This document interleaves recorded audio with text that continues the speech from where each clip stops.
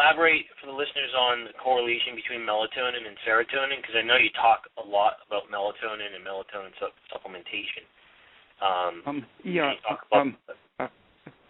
An Italian researcher has been seeing melatonin very closely associated with rheumatoid arthritis.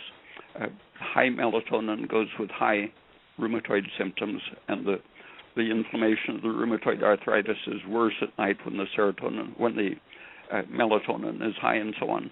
But melatonin is actually being produced in the inflamed arthritic joint or in the inflamed cancerous breast, for example. And I interpret that not to mean that melatonin is causing the inflammation or the cancer, but that, like in the brain, serotonin is turned to melatonin. I think it's a detoxifying process. When stressed, if you can destroy the melatonin by this alternate route rather than by the monoamino oxidase route, if you can turn it to melatonin, then you've disposed of a good part of your inflammation problem.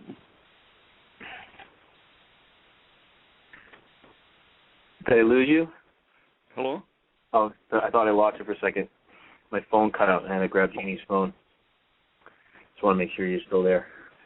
Yeah, just saying that I interpret the association of melatonin with these inflammatory problems as being a detoxifying process.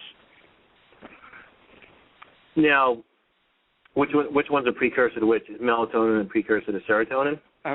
When you get rid of serotonin, you turn it into melatonin. So a lot of these people that are supplementing with melatonin, they think they're helping themselves, especially at night. They're actually putting themselves into an immune suppressive state, as well as stimulating cortisol, because serotonin stimulates cortisol.